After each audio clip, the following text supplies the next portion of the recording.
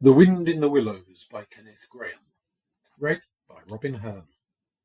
Chapter 11. Like summer tempests came his tears. The rat put out a neat little brown paw, gripped Toad firmly by the scruff of the neck, and gave a great hoist and a pull, and the waterlogged Toad came up, slowly but surely, over the edge of the hole, till at last he stood safe and sound in the hall, streaked with mud and weed, to be sure, and with the water streaming off him, but happy and high-spirited as of old, now that he found himself once more in the house of a friend, and dodgings and evasions were over, and he could lay aside a disguise that was unworthy of his position, and wanted such a lot of living up to. "Well, Ratty," he cried, "I've been through such times since I saw you last. You can't think. Such trials, such sufferings, and so nobly borne. Then such escapades, such disguises, such subterfuges, and all so cleverly planned and carried out. Been in prison and got out of it, of course. Been thrown into a canal, swum ashore, stole a horse, sold him for a large sum of money, humbugged everybody, made 'em all do exactly what I wanted. Oh, I am a smart Toad, and no mistake. What do you think my last exploit was? Just hold on till I tell you." "Toad," said the water rat gravely and firmly, "you go off upstairs at once and take off that old cotton rag that looks as if it might have formerly belonged to some washerwoman, and clean yourself thoroughly, and put on some of my clothes, and try and come down looking like a gentleman if you can. For a more shabby, bedraggled, disreputable-looking object than you are, I never set eyes on in my whole life. Now, stop swaggering and arguing, and be off. I'll have something to say to you later." Toad was at first inclined to stop and do some talking back at him. He had had enough of being ordered about when he was in prison, and here was the thing being begun all over again, apparently, and by a rat too. However, he caught sight of himself in the looking-glass over the hat-stand, with the rusty black bonnet perched rakishly over one eye, and he changed his mind and went very quickly and humbly upstairs to the rat's dressing-room. There he had a thorough wash and brush-up, changed his clothes, and stood for a long time before the glass, contemplating himself with pride and pleasure, and thinking what utter idiots all the people must have been to have ever mistaken him for one moment for a washerwoman. By the time he came down again, luncheon was on the table, and very glad Toad was to see it, for he had been through some trying experiences, and had taken much hard exercise since the excellent breakfast provided for him by the gypsy. While they ate, Toad told the rat all his adventures, dwelling chiefly on his own cleverness and presence of mind in emergencies, and cunning in tight places, and rather making out that he had been having a gay and highly coloured experience. But the more he talked and boasted, the more grave and silent the rat became. When at last Toad had talked himself to a standstill, there was silence for a while, and then the rat said, "Now, Toady, I don't want to give you pain. After all, you've been through already. But seriously, don't you see what an awful ass you've been making of yourself? On your own admission, you have been handcuffed, imprisoned, starved, chased, terrified out of your life, insulted, jeered at, and ignominiously flung into the water, by a woman too. Where's the amusement in that? Where does the fun come in? And all because you must needs go and steal a motor car. You know that you've never had anything but trouble from motor cars from the moment you first set eyes on one. But if you will be mixed up with them, as you generally are 5 minutes after you've started, why steal them? Be a quipple if you think it's exciting, be a bankrupt for a change if you've set your mind on it, but why choose to be a convict? When are you going to be sensible and think of your friends, and try and be a credit to them? Do you suppose it's any pleasure to me, for instance, to hear animals saying, as I go about, that I'm the chap that keeps company with jailbirds? Now, it was a very comforting point in Toad's character that he was a thoroughly good-hearted animal, and never minded being jawed by those who were his real friends. And even when most set upon a thing, he was always able to see the other side of the question. So, although, while the rat was talking so seriously, he kept saying to himself mutinously, "But it was fun, though. Awful fun," and making strange suppressed noises inside him. And and other sounds resembling stifled snorts or the opening of soda water bottles.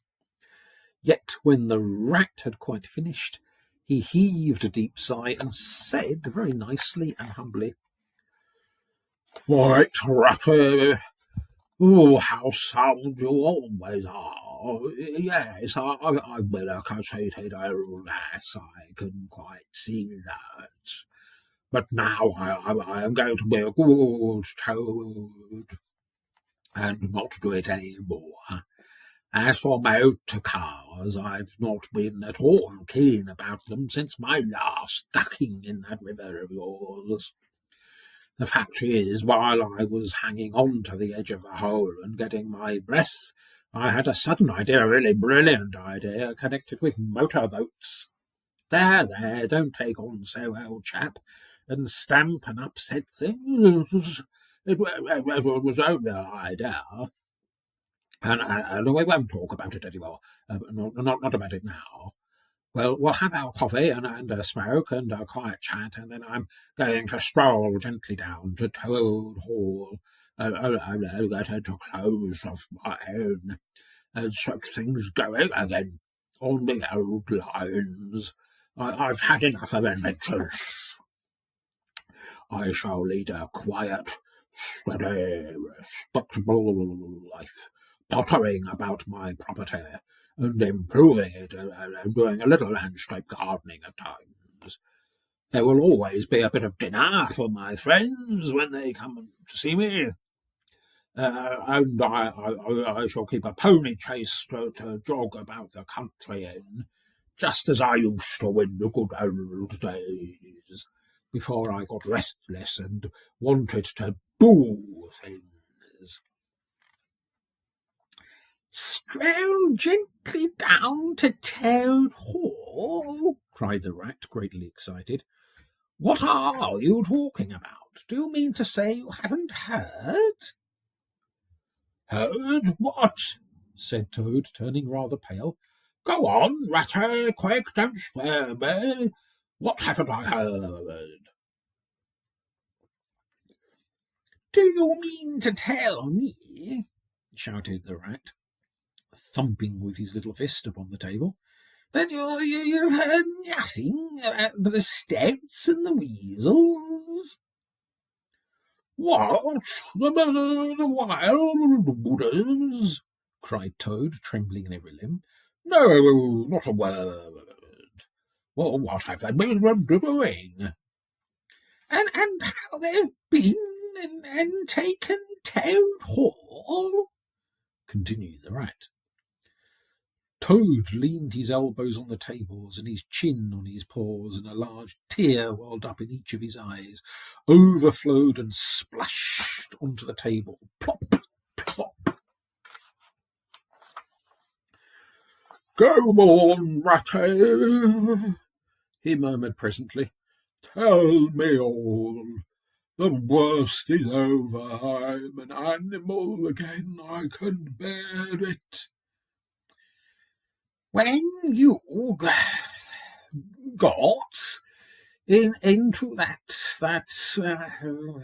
trouble of yours," said the rat, slowly and impressively. "I mean, when you disappeared from society for a time over that misunderstanding about a machine, you know." Toad merely nodded. "Well, it was a good deal talked about down here, naturally," continued the rat. "Not only along the riverside, but even in the wild woods. Animals took sides, as always happens. The riverbankers stuck up for you, said you had been infamously treated, and there was no justice to be had in the land nowadays. But the wild wood animals said hard things and served you right, and it was time this sort of thing was stopped. And they got very cocky and went about saying you were done for this time. You would never come back again. Never, never." Toad nodded once more, keeping silence. "That's the sort of little beasts they are," the rat went on. "But Mole and Badger, they stuck out through thick and thin, that you would come back again soon, somehow. They didn't know exactly how, but somehow." Toad began to sit up in his chair again and to smirk a little. "They argued from history," continued the rat. "They said that no criminal laws had ever been known to prevail against cheek and plausibility such as yours, combined with the power of a long purse.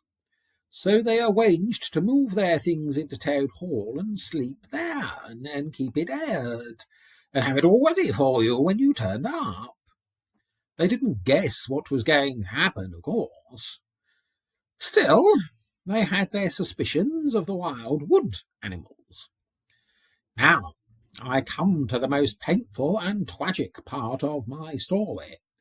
One dark night, it was a very dark night, and blowing hard too, and raining simply cats and dogs, a band of weasels, armed to the teeth, crept silently up the carriage drive to the front entrance.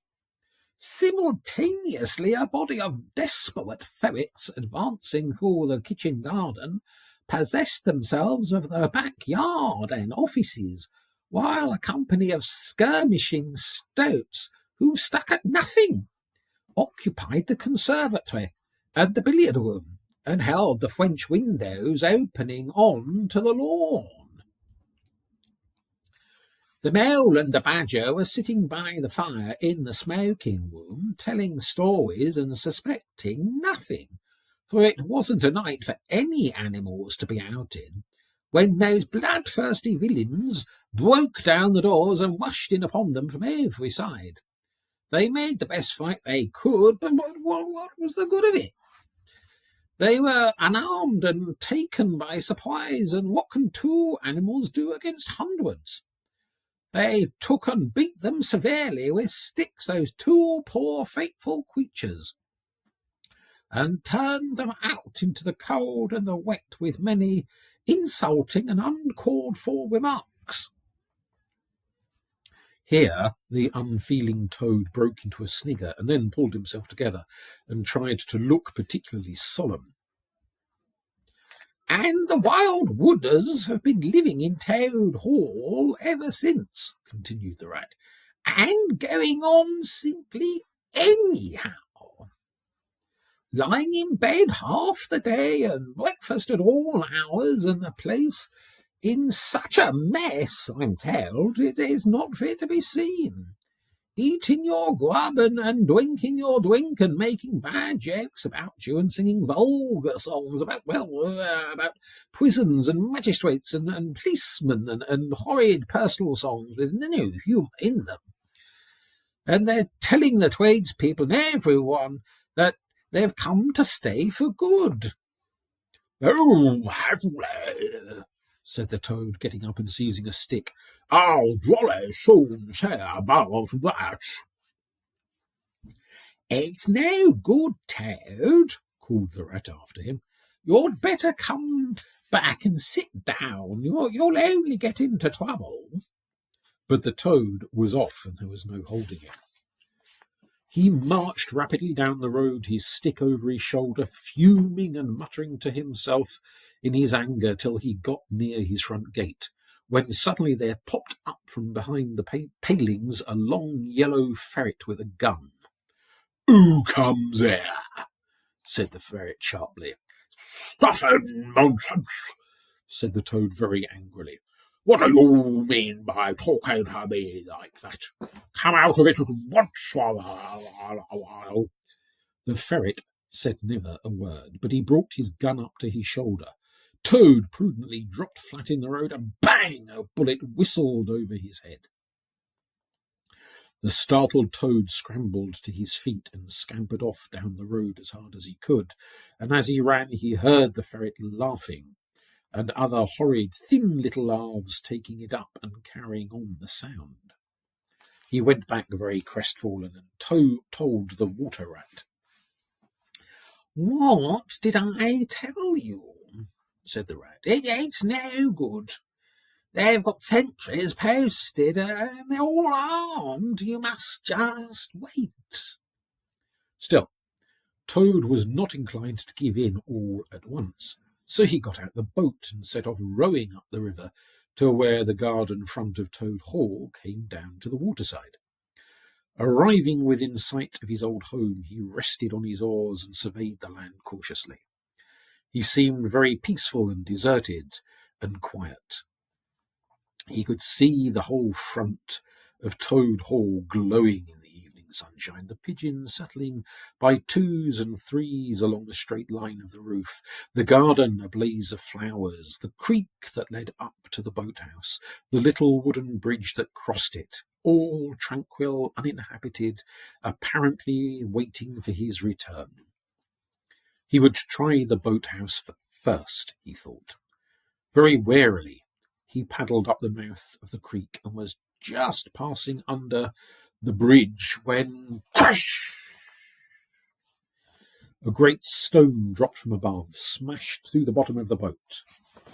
It filled and sank, and Toad found himself struggling in deep water. Looking up, he saw two stoats leaning over the parapet of the bridge, and watching him with great glee. "It'll be your head next time, Toady," they called out to him. The indignant Toad swam to shore, while the stoats laughed and laughed, supporting each other, and laughed again, till they nearly had two fits, that is, one fit each, of course. The Toad retraced his weary way on foot and related his disappointing experiences to the Water Rat once more. "Well, what did I tell you?" said the Rat very crossly. "And now look here. See what you've been and done. Lost me my boat that I was so fond of, that's what you've done. And simply ruined that nice suit of clothes I lent you. Really, Toad, of all the trying animals, I wonder you managed to keep any friends at all." The Toad saw at once how wrongly and foolishly he had acted. He admitted his errors and wrong-headedness, and made a full apology to Rat for losing his boat and spoiling his clothes. And he wound up by saying, with that frank self-surrender which always disarmed his friends' criticism and won them back to his side, "But I see that I have been a headstrong and wilful Toad. Henceforth, believe me, I will be humble and submissive, and will take no action without your kind advice and full approval."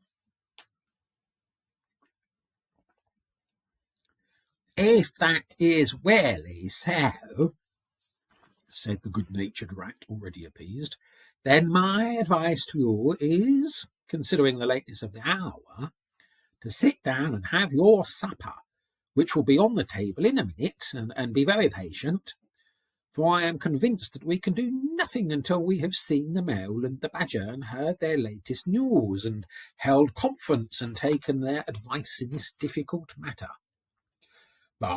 Yes, of course, the mole and the badger, said Toad lightly.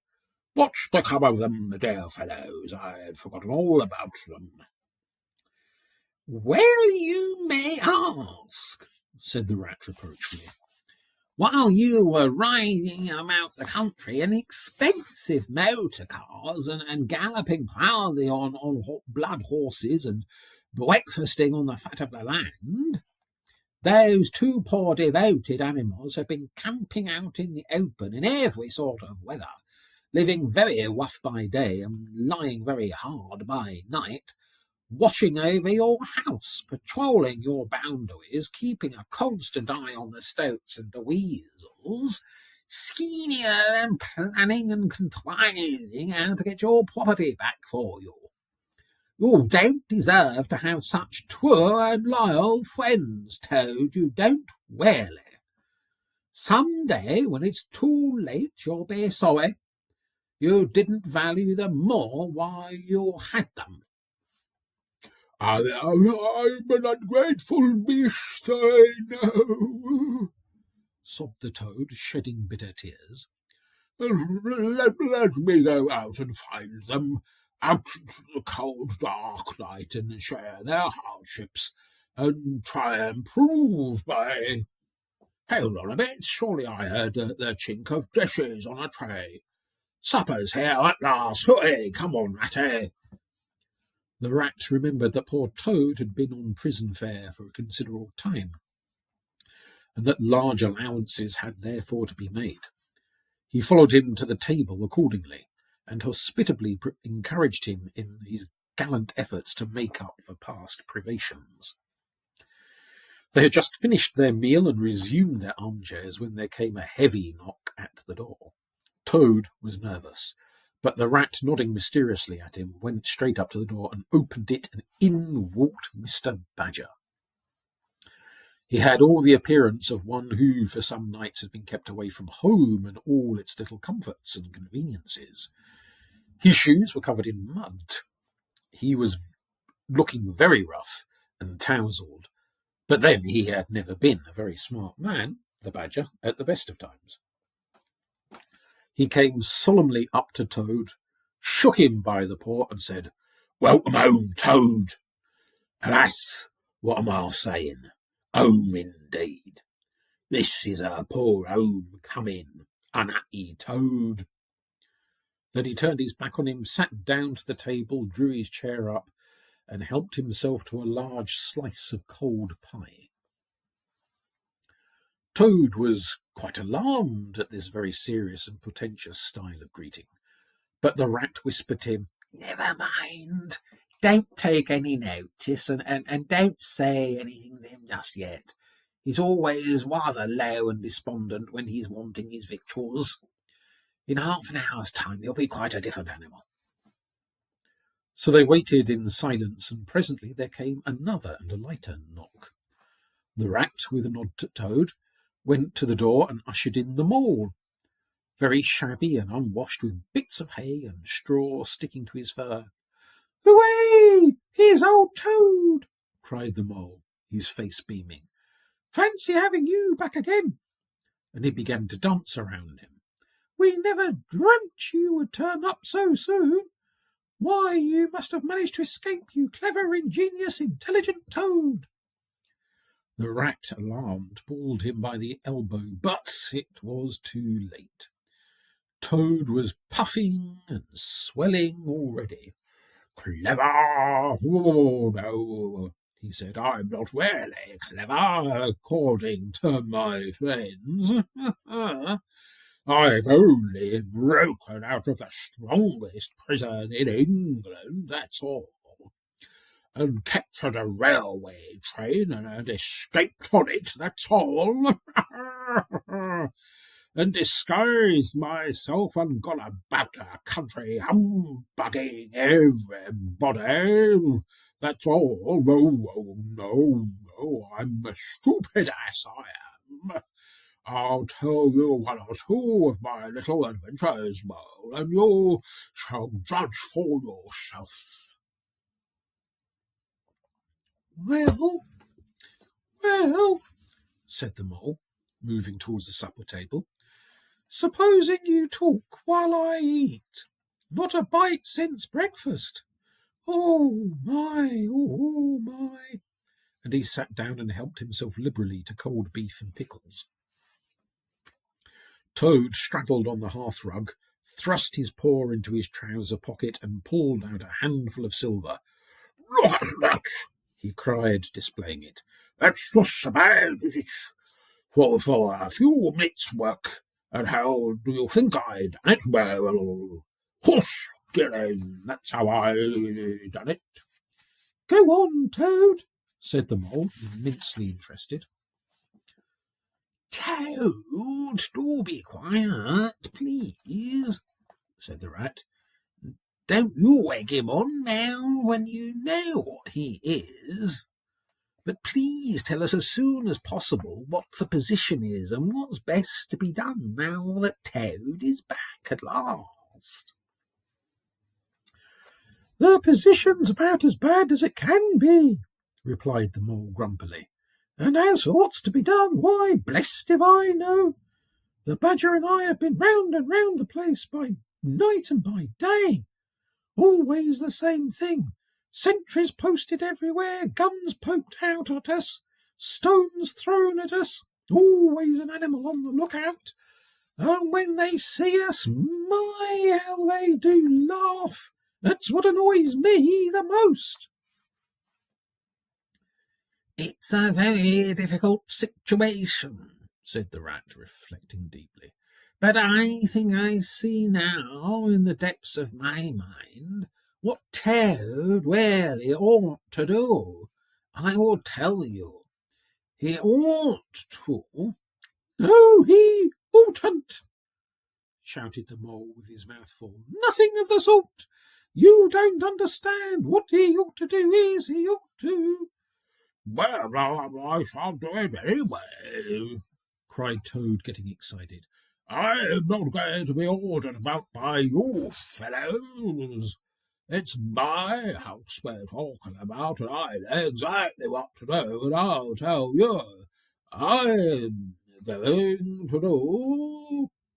By this time they were all three talking at once at the top of their voices, and the noise was simply deafening, when a thin, dry voice made itself heard, saying, Be quiet at once, all of ya. And instantly everyone was silent. It was the Badger, who, having finished his pie, had turned round in his chair and was looking at them severely. When he saw that he had secured their attention, and that they were evidently waiting for him to address them, he turned back to the table again, and reached out for the cheese. And so great was the respect commanded by the solid qualities of that admirable animal, that not another word was uttered until he had quite finished his repast and brushed the crumbs from his knees. The Toad fidgeted a great deal, but the Rat held him firmly down. When the Badger had quite done, he got up from his seat and stood before the fireplace, reflecting deeply. At last he spoke. Toad, he said severely, you bad, troublesome little animal. Aren't you ashamed of yourself?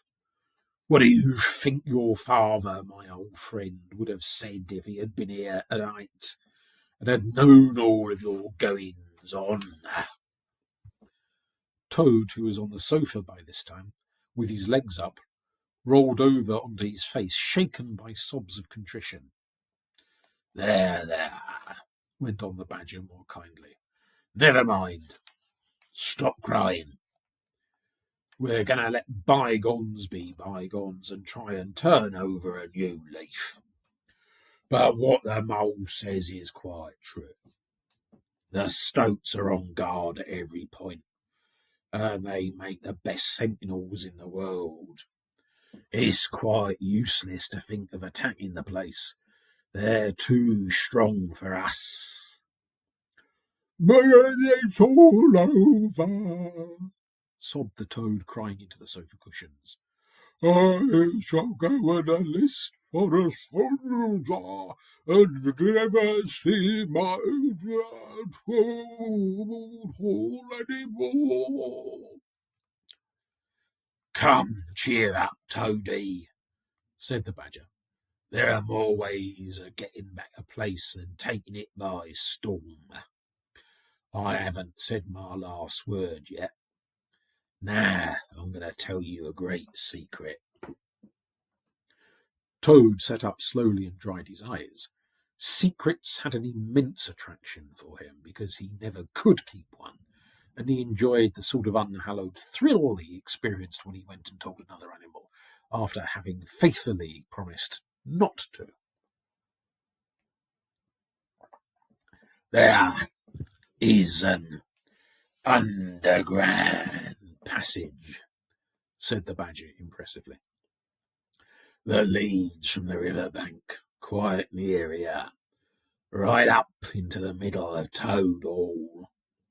"Oh, nonsense, Badger," said the toad rather airily. "You've been listening to some of the yarns they spin in the public houses about how I know every inch of Toad Hall, inside and out. Nothing of the sort I do at all, you." "My young friend," said the Badger with great severity, "your father, who was a worthy animal, a lot worthier than some others I know, was a particular friend of mine, and told me a great deal he wouldn't have dreamt of telling you. He discovered that passage. He didn't make it, of course. That was done hundreds of years before he ever came to live there. And he repaired it, cleaned it out, because he thought it might come in useful some day in case of trouble or danger, and he showed it to me. 'Don't let my son know about it,' he said. 'He's a good boy, but very light and volatile in character, and simply cannot hold his tongue. If he's ever in a real fix and it would be of use to him, you may tell him about the secret passage, but not before.'" The other animals looked hard at Toad to see how he would take it. Toad was inclined to be sulky at first, but he brightened up immediately like the good fellow he was. "Well," he said, "perhaps I am a bit of a talker, a popular fellow such as I am. But my friends get round me. We chaff, we sparkle, we tell witty stories, and somehow my tongue gets wagging. I have the gift of conversation. I've been told I ought to have a salon, whatever that may be.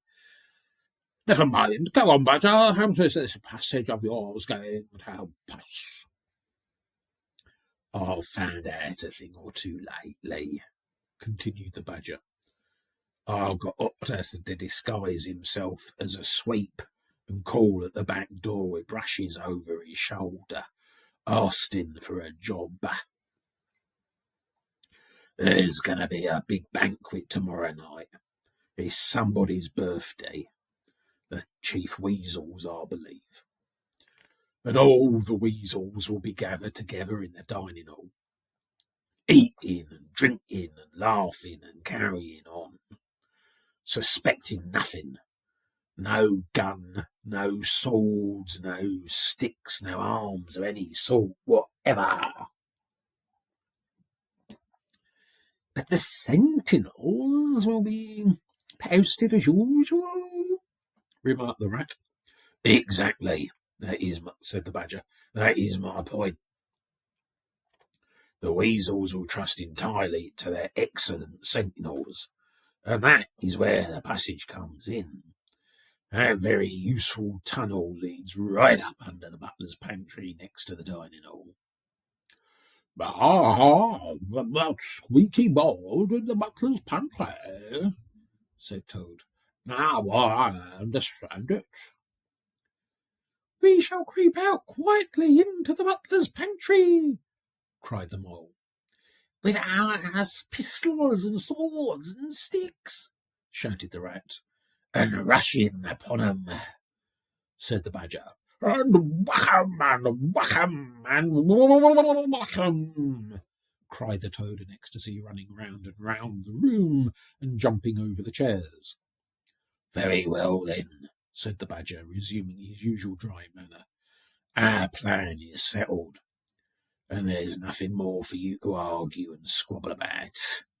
So, as it's getting very late, all of you go right off to bed at once. We'll make all the necessary arrangements in the course of the morning tomorrow. Toad, of course, went off to bed dutifully with the rest. He knew better than to refuse, though he was feeling much too excited to sleep. But he had had a very long day, with many events crowding into it, and sheets and blankets were very friendly and comforting things, after plain straw, not too much of it, spread on the stone of a draughty cell. And his head had not been many seconds on his pillow before he was snoring happily.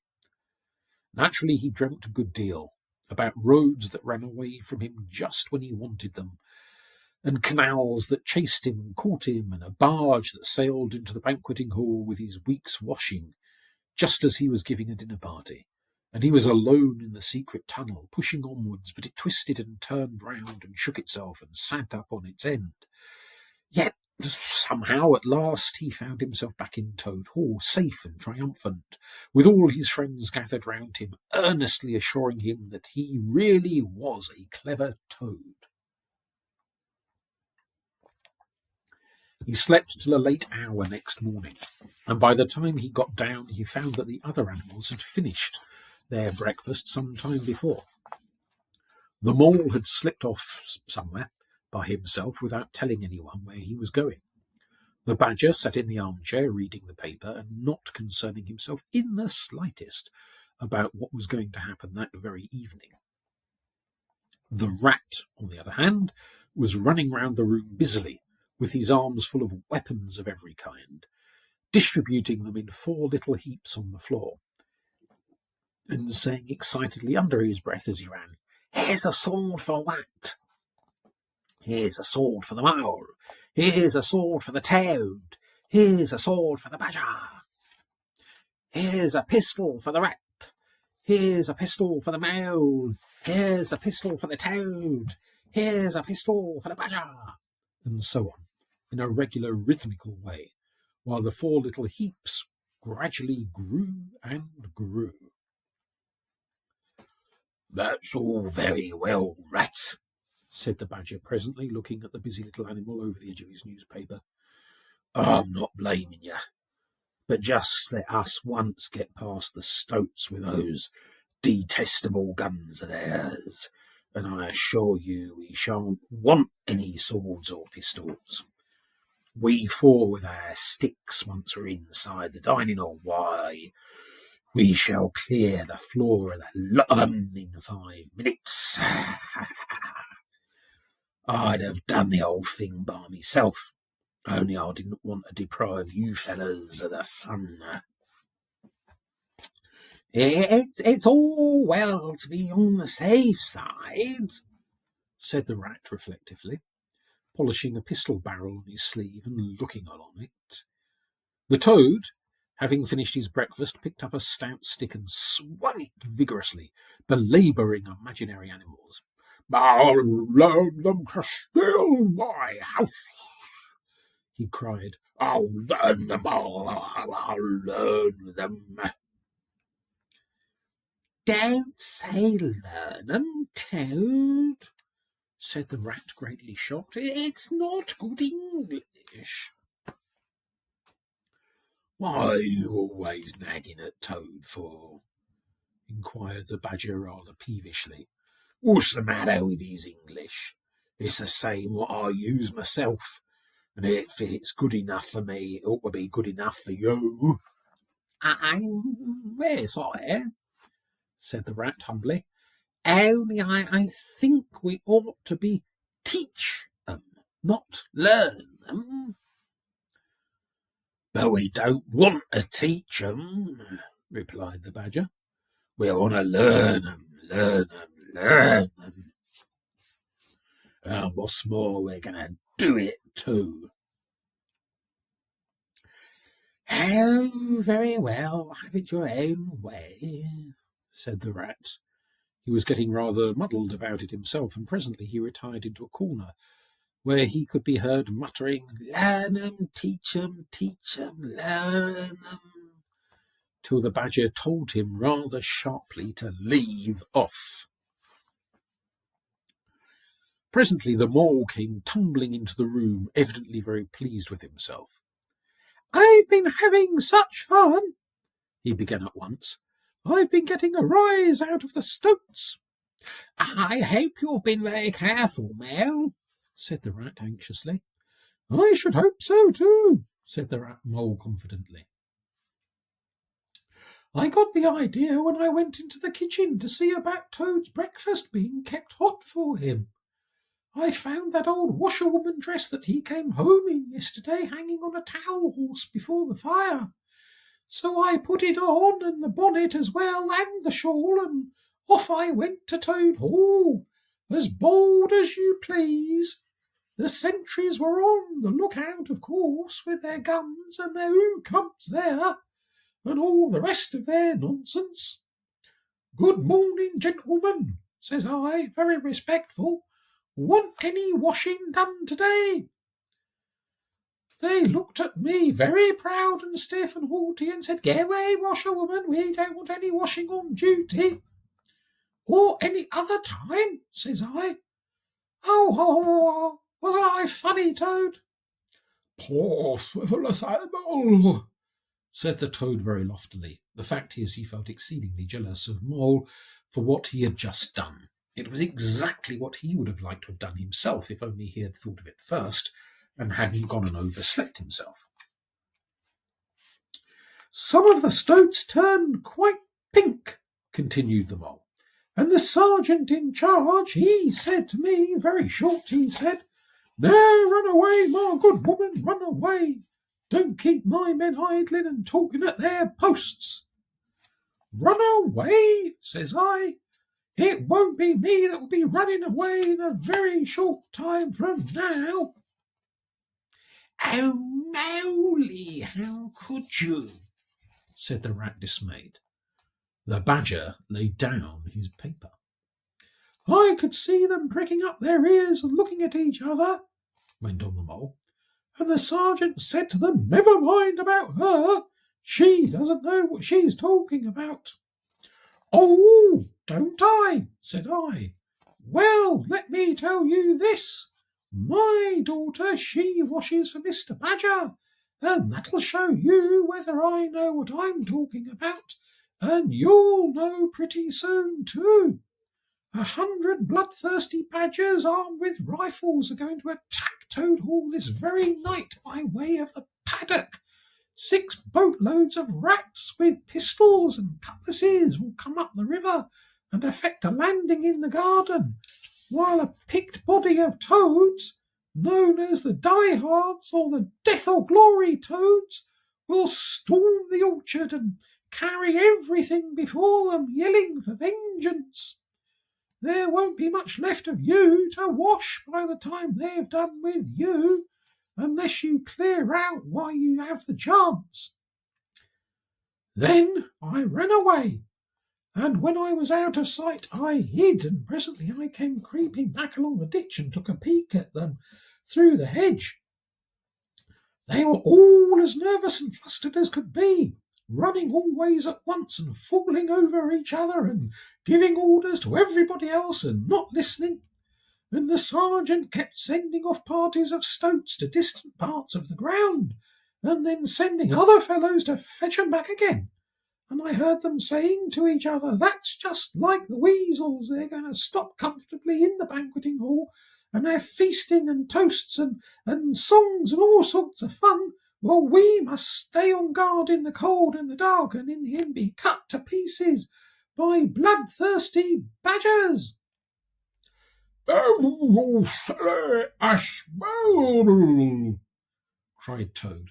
"Your winners spoiled everything." "Mow," said the badger in his dry, quiet way, "I perceive you have more sense in your little finger than some other animals have in their old fat bodies. You have managed excellently, and I begin to have great hopes of you. Good Mow, clever Mow." The Toad was simply wild with jealousy, more especially as he couldn't make out for the life of him what the Mole had done that was so particularly clever. But, fortunately for him, before he could show temper or expose himself to the badger's sarcasm, the bell rang for luncheon. It was a simple but sustaining meal, bacon and broad beans and a macaroni pudding. And when they had quite done, the badger settled himself into an armchair and said, "Well, we've got our work cut out for us tonight, and it will probably be pretty late before we're quite through with it. So I'm just going to take 40 winks while I can." And he drew a handkerchief over his face and was soon snoring. The anxious and laborious rat at once resumed his preparations and started running between his four little heaps, muttering, "Here's a belt for the rat. Here's a belt for the mole. Here's a belt for the toad. Here's a belt for the badger," and so on, with every fresh accoutrement he produced, to which there seemed really no end. So the mole drew his arm through the toad's, led him out into the open air, shoved him into a wicker chair, and made him tell him all his adventures from beginning to end, which Toad was only too willing to do.